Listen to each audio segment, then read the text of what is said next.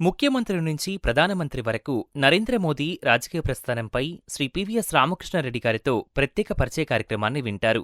పరిచయకర్త రావుల సాయి గిరీష్.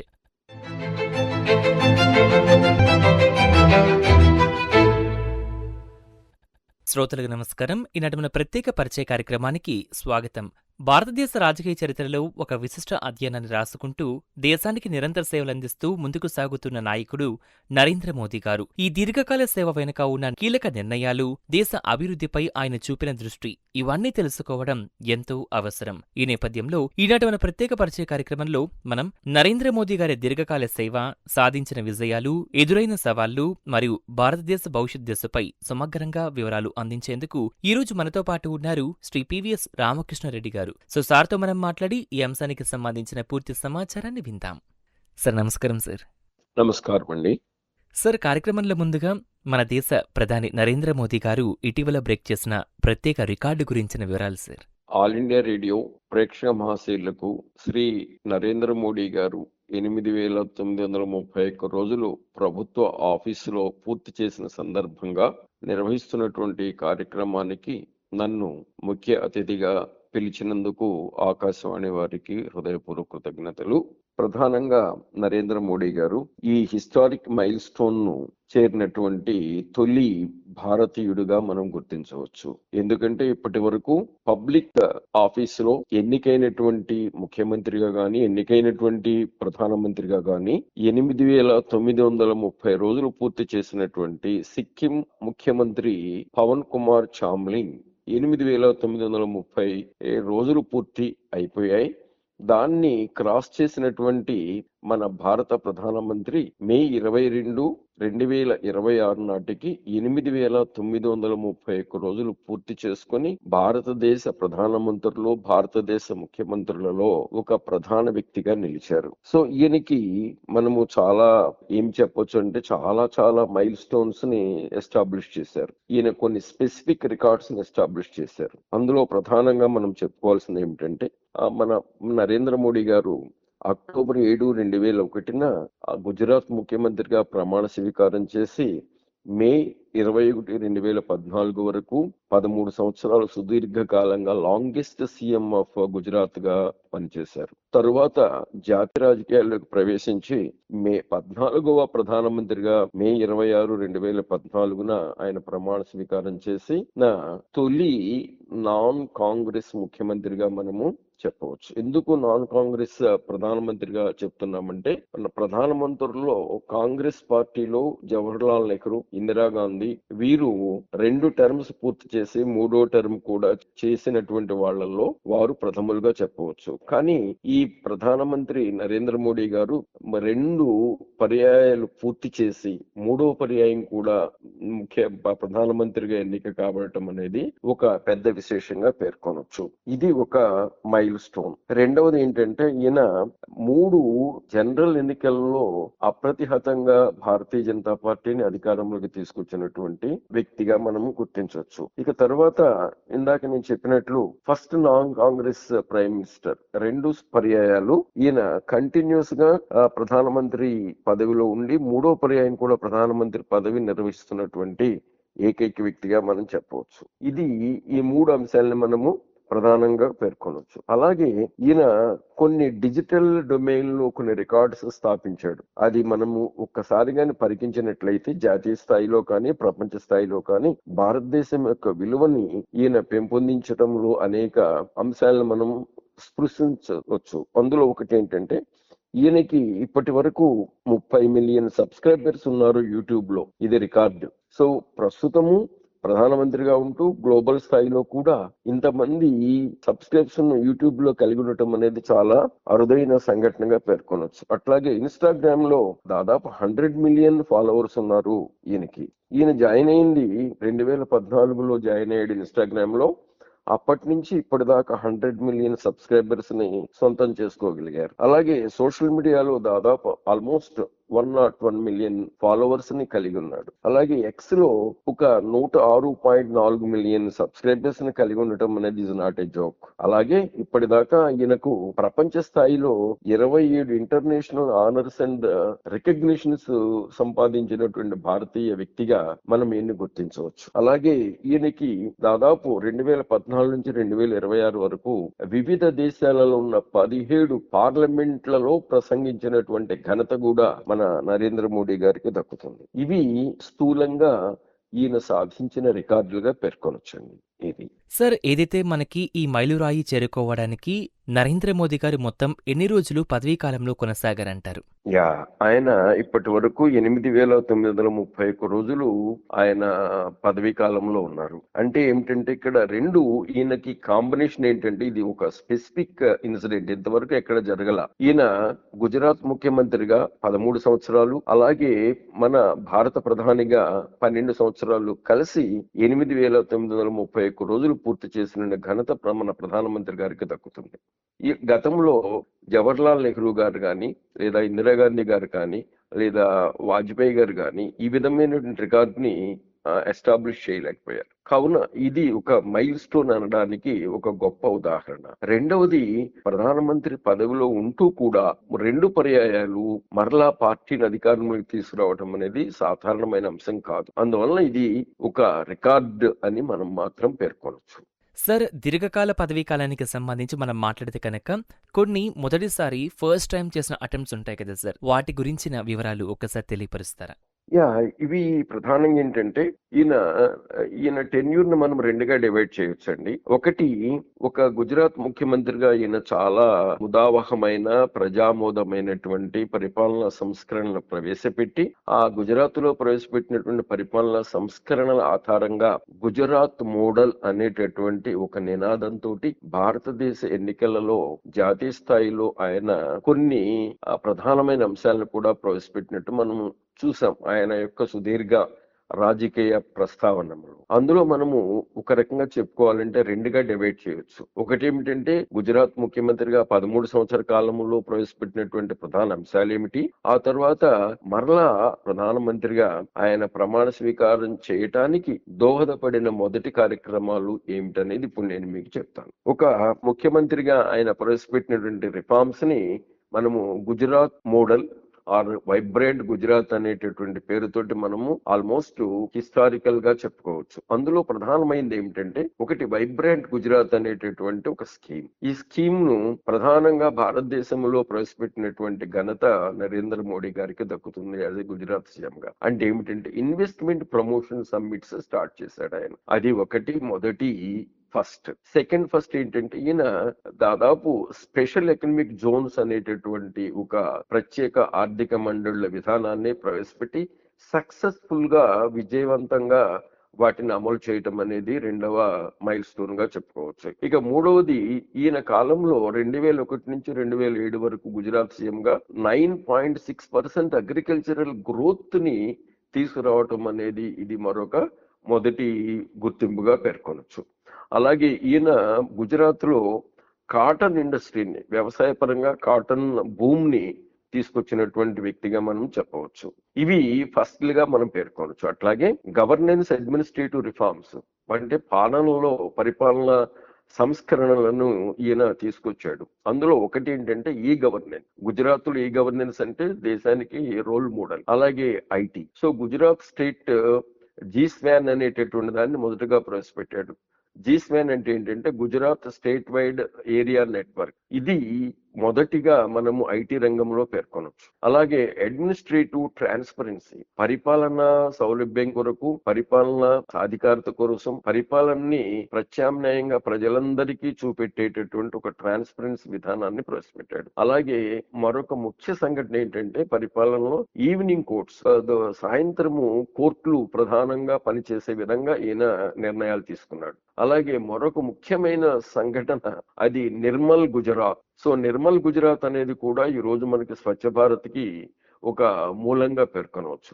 ఈ రకంగా ఆయన తన పాలనలో అనేక సంస్కరణలు తీసుకొచ్చాడు. అలాగే నెక్స్ట్ ఇక పవర్ అండ్ ఇన్ఫ్రాస్ట్రక్చర్ రిఫార్మ్స్ కూడా తీసుకొచ్చాడు. ఆయన ముఖ్యమంత్రిగా ఉన్నప్పుడు Jyotigram Yojana, infrastructure connectivity, water management అనేటటువంటి అనేక స్కీమ్స్ ని ఇంట్రడ్యూస్ చేశారు. అక్కడ 1250 వాటర్ షెడ్ ప్రోగ్రామ్స్ ని ఇంట్రడ్యూస్ చేశాడు. అవే ఈ రోజున మనకు జలజీవన్ అభియాన్ కింద పేర్కొనొచ్చు. అవి మనము మొదటిగా పేర్కొనొచ్చు. అలాగే సోషల్ డెవలప్మెంట్. సో కన్యా కేల్వాని యోజన అనేటటువంటి ప్రోగ్రామ్ ని ఆయన ఇంట్రడ్యూస్ చేశాడు. అదే ఈ రోజున మనకి ఒక రకమైనటువంటి నూతన సంస్కరణగా బేటీ బచావో బేటీ పడావో ప్రోగ్రామ్ ని గర్ల్స్ ని ఎంపవర్ చేయడానికి ప్రవేశపెట్టినటువంటి మరొక స్కీమ్ గా మనము పేర్కొనొచ్చండి. ఇవి ఆయన తొలి సంస్కరణలు గుజరాత్ ముఖ్యమంత్రిగా. ఇవి ఇప్పుడు నేను చెప్పినటువంటి పరిపాలనా సంస్కరణలన్నీ కూడా భారతదేశానికి పునాదులుగా పేర్కొనొచ్చు. ఇప్పుడు ఆయన టెన్యూర్ లో 2014 నుంచి 2026 మధ్య కాలంలో ఈ 12 సంవత్సరాల కాలంలో వాటిని పురస్కరించుకొని దేశ పునర్నిర్మాణానికి, దేశ అభివృద్ధికి ఆయన బాటలు వేశాడు అనేటటువంటిది నగ్న సత్యం. సో ఇక మనము రెండవ దశలో ప్రధానమంత్రిగా 2014లో ఆయన ప్రమాణ స్వీకారం చేసిన దగ్గర నుంచి ఇప్పటిదాకా గానీ మనము చూసినట్లయితే కొన్ని మైల్ స్టోన్స్ ని మనము చెప్పవచ్చు. అవి ఏంటంటే ప్రధానంగా ఆయన ఎంపవరింగ్ ద గర్ల్ చైల్డ్, అంటే ఆడపిల్లల సాధికారత అనేటటువంటి దాన్ని ప్రముఖంగా ప్రస్తావిస్తూ ఉంటారు ఆయన 12 సంవత్సరాల కాలంలో. దీనికోసం ఆయన 9 కెపాసిటీ బిల్డింగ్ ప్రోగ్రామ్స్ ని ఇంట్రడ్యూస్ చేశాడు. ఆయన ఈ 9 కెపాసిటీ బిల్డింగ్స్ ని త్రూ అవుట్ ఇండియాలో 28 రాష్ట్రాల్లో అన్ని కేంద్ర పాలిత ప్రాంతాల్లో అమలు జరుగుతున్నటువంటి నేటికిని అమలు జరుగుతున్నటువంటి ఒక గొప్ప స్కీమ్ గా మనం పేర్కొనొచ్చు.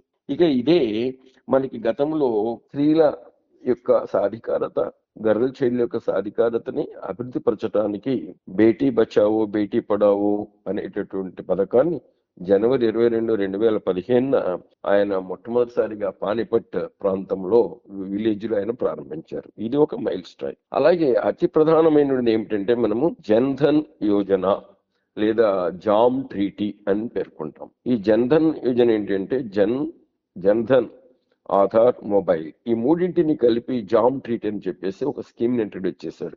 ఈ స్కీమ్ ని మనము ప్రధానంగా ఇప్పుడు కానీ చూసినట్లయితే 19.72 కోట్ల బ్యాంక్ అకౌంట్స్ ఓపెన్ అయి ఉన్నాయండి ఈ రోజున ఈ పథకం క్రింద. ఇవి జీరో అకౌంట్స్ అన్ని కూడా. రెండవది 16.8 కోట్ల రూపే కార్డ్స్ ఇష్యూ చేసింది భారత ప్రభుత్వం. అలాగే 28,000 కోట్ల క్యాష్ డిపాజిట్స్ ని సేకరించారు ఈ స్కీమ్ కింద.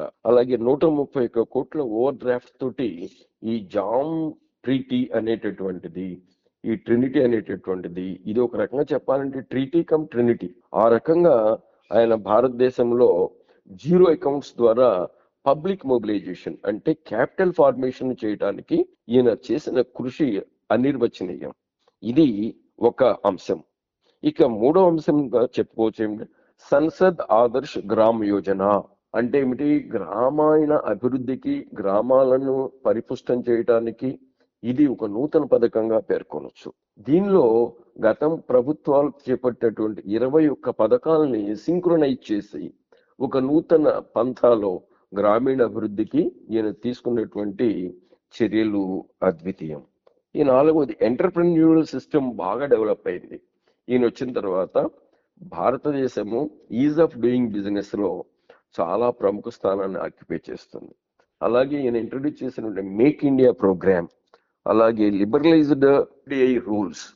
మనకి విదేశీ పెట్టుబడులు గతంలో అనేక రకాల రెస్ట్రిక్షన్స్ మధ్య ఉండేవి.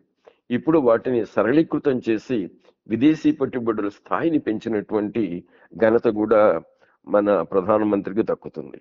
ఇక వీటితో పాటు మనం చెప్పుకోవాల్సిన key economic transforms, key economic financial reforms ఏమిటి అని కానీ ఒక్కసారి తరికించినట్లయితే చూసినట్లయితే మొదటిగా ఎన్నో పర్యాయాలు భారత ప్రభుత్వం గత ప్రభుత్వాలు ఫెయిల్ అయినటువంటి అంశం ఒకటి ఉంది. అది GST reforms, goods and services tax reforms. ఈ ఇండైరెక్ట్ ట్యాక్స్ రిఫార్మ్స్ లో GST అనేది మొట్టమొదటిసారిగా మన భారత ప్రధాని 1/7/2015 నుంచి దీన్ని భారతదేశంలో 1 నేషన్ 1 ట్యాక్స్ 1 మార్కెట్ అనేటటువంటి ఒక నినాదం ద్వారా సక్సెస్ఫుల్ గా అమలు చేయటం అనేది జరుగుతుంది. దీని ద్వారా మొదట మన యొక్క రెవెన్యూ సోర్సెస్ అరౌండ్ 2.41 లక్షల కోట్ల రూపాయలకు మనం చేరగలిగామంటే ఇది ముదావహమైన అంశంగా పేర్కొనొచ్చు. అలాగే మరొక అంశాన్ని ఈయన ప్రవేశపెట్టాడు. 2016లో ఇన్సాల్వెన్సీ అండ్ బ్యాంక్రప్టసీ కోడ్ అనేటటువంటి దాన్ని ప్రవేశపెట్టి ఇండస్ట్రియల్ లెవెల్లో ఫినాన్షియల్ సెక్టర్లో వస్తున్నటువంటి అనేక సమస్యలను, ఎకనామిక్ క్రైసిస్ ని సాల్వ్ చేయడానికి ఈ పథకం కూడా మనకి చాలా ఉపయోగపడుతుంది. అలాగే 2016 నవంబర్ 6న డిమోనిటైజేషన్ ప్రవేశపెట్టారు. సో ఇది మరొక మైల్ స్టాయి. ఈ డిమోనిటైజేషన్ ద్వారా డిజిటల్ ఇండియా ప్రోగ్రామ్ ని బాగా అభివృద్ధి పరచడంలో డిమోనిటైజేషన్ అనేది ఒక సూత్ర పథకంగా పేర్కొనొచ్చు. అలాగే ఈయన ఇంట్రడ్యూస్ చేసినటువంటి మరొక పథకం ఏమిటంటే make India. So make India programme ని సెప్టెంబర్ 25, 2014 ప్రారంభం చేశాడు. అలాగే ఎఫ్డిఐ లిబరలైజేషన్ కూడా మనకి ఈ పథకాల క్రిందకి మనం పేర్కొన్నాం. ఇక next infrastructure and public service transformation. దీన్ని ఇన్ఫ్రాస్ట్రక్చర్ ఇస్ మోర్ ఇంపార్టెంట్. భారతదేశానికి మౌలిక సదుపాయము, మౌలిక వసతులు అన్ని రంగాలకు దాన్ని విస్తరింపచేసే పద్ధతిలో సర్వీస్ ట్రాన్స్ఫర్మేషన్ అనే దాన్ని ప్రారంభం చేశారు. అది సో దీని తర్వాత అతి ప్రధానంగా ఈ భాగం కింద మనం చెప్పుకోవాల్సిన ఏంటంటే ఒకటి డిజిటల్ ఇండియా ప్రోగ్రామ్. దీన్ని జూలై 2015 స్టార్ట్ చేసి 5 ప్రోగ్రామ్స్ అన్నిటిని కూడా డిస్ప్లే చేయడానికి ఇది ఒక మూల హేతుగా పరిణమించింది. దీని తర్వాత యూపీఐ. సో దీని తర్వాత మనము ఇన్ఫ్రాస్ట్రక్చర్ అప్గ్రేడేషన్. భారతదేశంలో అన్ని రాష్ట్రాలలో, అన్ని కేంద్రపాలిత ప్రాంతాలలో ఉన్న మౌలిక వస్తువులను అప్గ్రేడ్ చేయటం అనేటటువంటిది ఒక గతిశక్తి ప్రోగ్రామ్ ని కూడా ఈయన ఇంట్రడ్యూస్ చేసి దాన్ని ఇప్పుడు అమలు పరుస్తున్నాం మనం. అదే విధంగా మనకి సో రైల్వేస్ కానీ తీసుకున్నట్లయితే భారతదేశంలో ఎక్కువ మందికి ఉపాధి కల్పించేటువంటి రంగం ఏమిటంటే ఇండియన్ రైల్వేస్. దానిలో నూతనంగా వందే భారత్ ట్రైన్స్ ఇంట్రడ్యూస్ చేశారు. అది ఇన్ఫ్రాస్ట్రక్చరల్ డెవలప్మెంట్ కింద మనం పేర్కొనొచ్చు. అలాగే ఇన్ఫ్రాస్ట్రక్చర్ కమ్ డిజిటల్ డెవలప్మెంట్ కింద కూడా దాన్ని మనం పేర్కొనొచ్చు. దాని తర్వాత స్వచ్ఛ భారత్ అభియాన్. సో ఈ స్వచ్ఛ భారత్ అభియాన్ మనము దాన్ని చూసినట్లయితే 2014 నుంచి ఇప్పటిదాకా ఇది దేశం మొత్తం మీద ఒక స్వచ్ఛంగా మనకు నిర్మలమైనటువంటి వాతావరణాన్ని క్రియేట్ చేసేటటువంటి ఓపెన్ డెఫికేషన్ సిస్టమ్ ని క్లియర్ గా రూపుమాపి దీని ద్వారా భారతదేశము శానిటేషన్ లో యూనివర్సల్ ప్రోగ్రామ్ క్రింద దీన్ని మార్చడం అనేది చాలా గొప్ప అంశంగా పేర్కొనొచ్చు. దాని తర్వాత మనకి పిఎం ఉజ్వల యోజన. ఇవన్నీ కూడా మనము ఎకనామిక్ ఫైనాన్షియల్ రిఫార్మ్స్ కింద, ఇన్ఫ్రాస్ట్రక్చర్ రిఫార్మ్స్ కింద పేర్కొనవచ్చు. అలాగే ఈయన ప్రధానమంత్రి అయిపోయిన వెంటనే గతం ప్రభుత్వ విధానాలు, ప్లానింగ్ కమిషన్, ఎన్డీసీ అనేటువంటి వాటిని రెండింటినీ రద్దుపరిచి వాటి స్థానంలో జనవరి 1, 2015 నీతి ఆయోగ్ ప్రారంభం చేశాడు. ఈ నీతి ఆయోగ్ను ప్లానింగ్ కమిషన్ కి గత పద్ధతులకి ఏమున్నాయంటే గతంలో 2014కి ముందు నడిపినటువంటి ప్రభుత్వాలు నిర్ణయాలన్నీ కూడా పైనుంచి క్రిందకి ఇంపోజ్ చేసేవాళ్ళు.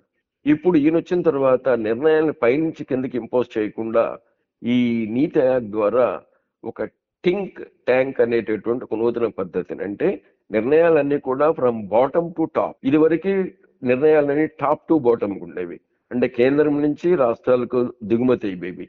ఇప్పుడు మనము ఆలోచనని చేసే విధంగా ఈ నిర్ణయాలన్నింటినీ కూడా అందరూ ప్రజలతోటి, అన్ని రాష్ట్రాల పరిపాలన విభాగాలతోటి చర్చించి ఆ విధానాలను కేంద్రానికి పంపేటటువంటి ఒక నూతన ఒరవడిని సృష్టించాడు ఈ నీతి ఆయోగ్ ద్వారా. ఇవి ప్రధానమంత్రి యొక్క ప్రధానమైనటువంటి జాతీయ స్థాయిలో ప్రవేశపెట్టినటువంటి సంస్కరణలుగా పేర్కొనవచ్చు. ఇంకా దీని తర్వాత మనం కానీ చూసినట్లయితే భారతదేశానికి ఫారిన్ పాలసీలో కొన్ని నూతన విధానాలని, పోకడల్ని గమనించవచ్చు. 2014కు ముందు మన భారతదేశం నినాదం ఏమిటంటే నాన్ అలైన్డ్ మూవ్మెంట్. ఏ విదేశాలతోటి, ఏ దేశంతో కూడా మనము అలీన విదేశాంగ విధానాన్ని ఫాలో అవ్వాలి.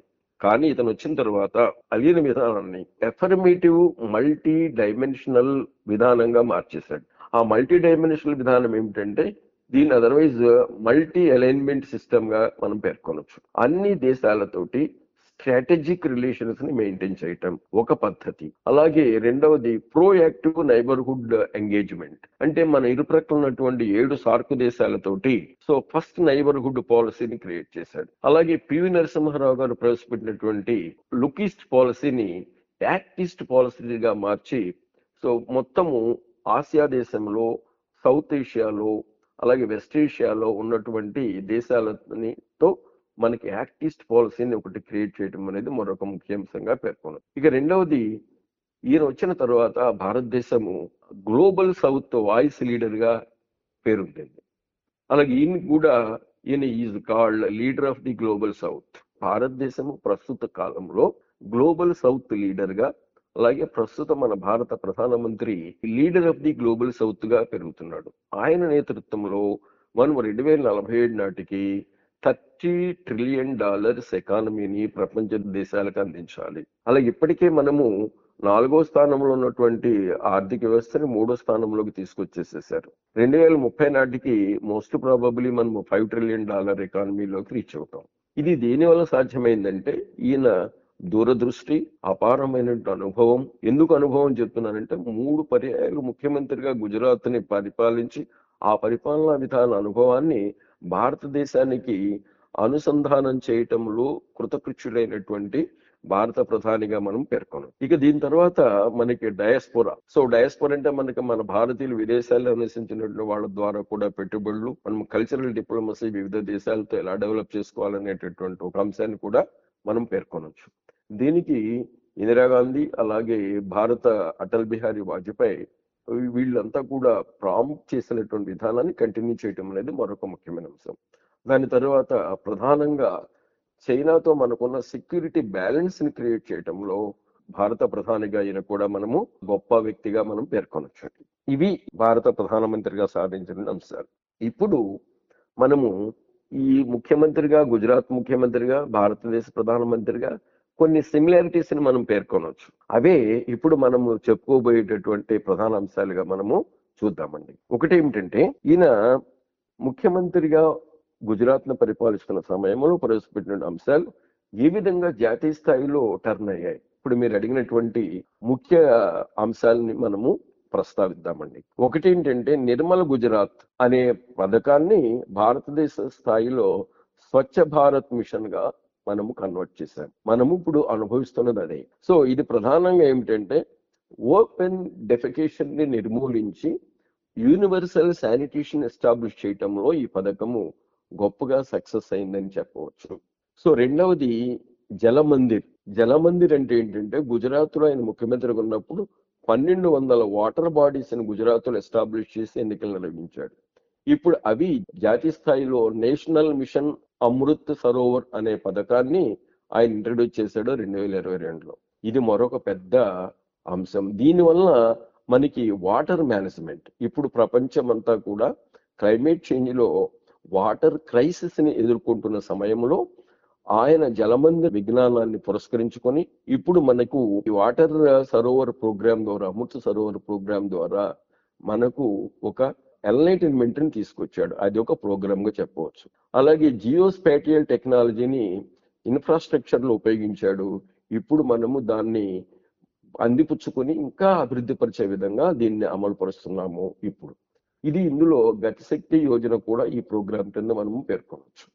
అలాగే కన్యా కేళవాణి ప్రోగ్రామ్, ఇది గర్ల్ చైల్డ్ ఎంపవర్మెంట్ ని అభివృద్ధి పరచడానికి 2002-3 సంవత్సరాల కాలంలో ఆయన ప్రవేశపెట్టినటువంటిది. ఈ రోజున మనము బేటీ బచావో బేటీ పడావో అనేటటువంటి ప్రోగ్రాం ద్వారా యావత్ భారతదేశంలో అన్ని రాష్ట్రాల్లో దీన్ని అమలుపరుస్తున్నాం. సో ఇది జాతీయ స్థాయిలో ప్రముఖంగా పేర్కొనవచ్చు.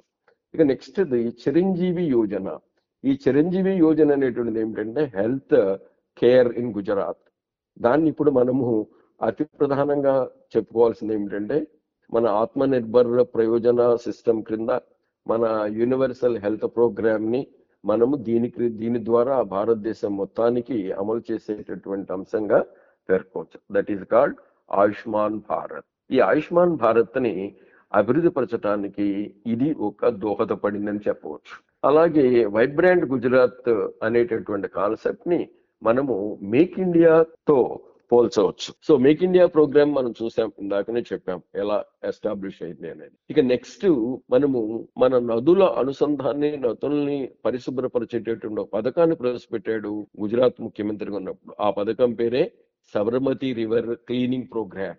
అది ఇప్పుడు మనము నమామి గంగా ప్రోగ్రామ్ అనేటటువంటి ఒక నూతన పథకం ద్వారా నదులను క్లీన్ చేసేటటువంటి ప్రోగ్రామ్ ని మనము ఇప్పుడు చూస్తున్నాం. అలాగే కృషి మహోత్సవ్, ఈ కృషి మహోత్సవ్ అనే ప్రోగ్రామ్ ని గుజరాత్ లో ప్రవేశపెట్టాడు. అదే రైతు సంక్షేమం. దాన్ని ఇప్పుడు మనము పిఎం కిసాన్ సమ్మాన్ నిధి అనే యోజన క్రింద భారతదేశంలో ఉన్నటువంటి ప్రతి రైతుకి 6,000 రూపాయలు 3 పర్యాయాలుగా అందించడం అనేటటువంటిది ఈ పథకం క్రింద మనము కంపేర్ చేసుకోవచ్చు. అలాగే భారతదేశంలో ఆయన ప్రధానమంత్రిగా ప్రవేశపెట్టినటువంటి జలశక్తి అభియాన్ అనే మిషన్ కి ఆయన ముఖ్యమంత్రిగా ఉన్నప్పుడు సుజలాం సుఫలాం అనే పథకం ద్వారా దీన్ని గుజరాత్ లో అమలు చేశాడు.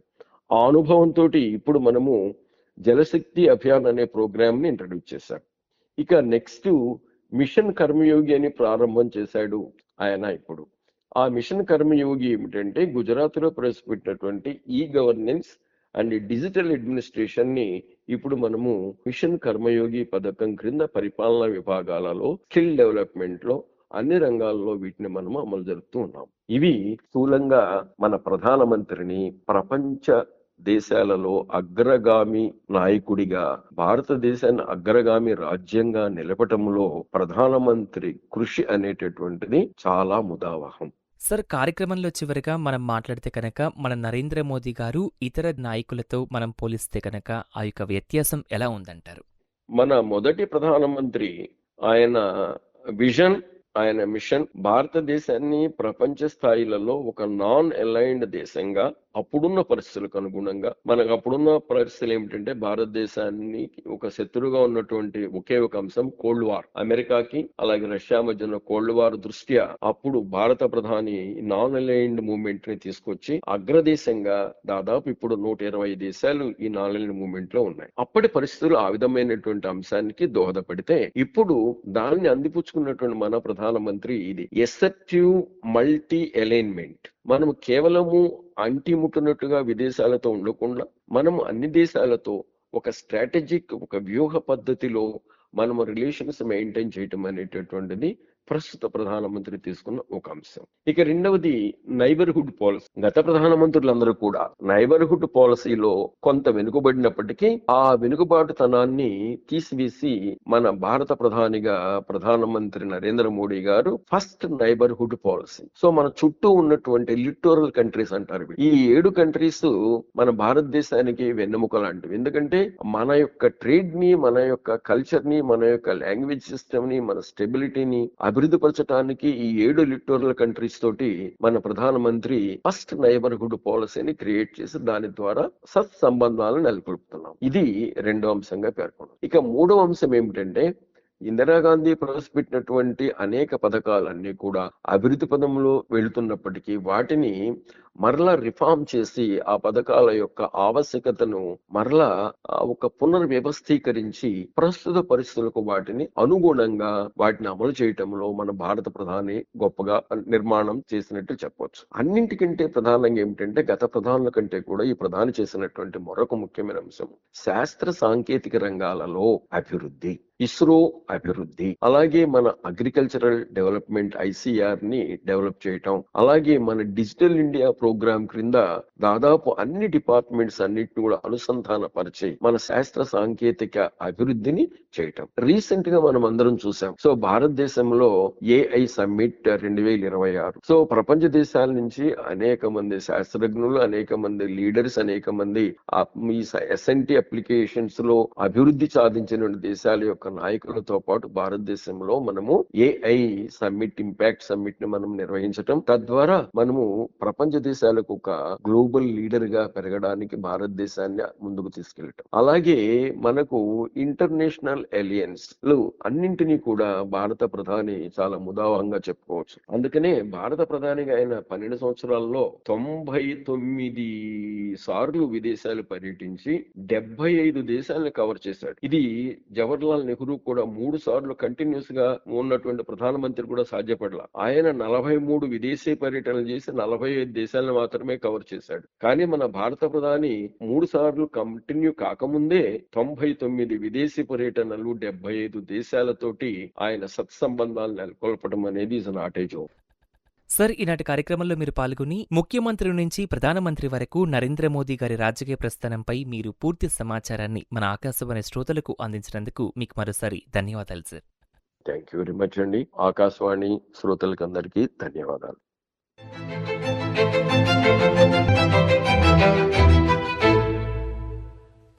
ఇంతవరకు ముఖ్యమంత్రి నుంచి ప్రధానమంత్రి వరకు నరేంద్ర మోదీ రాజకీయ ప్రస్థానంపై శ్రీ పివిఎస్ రామకృష్ణారెడ్డి గారితో ప్రత్యేక పరిచయ కార్యక్రమాన్ని విన్నారు. పరిచయం చేసిన వారు రావుల సాయి గురీష్.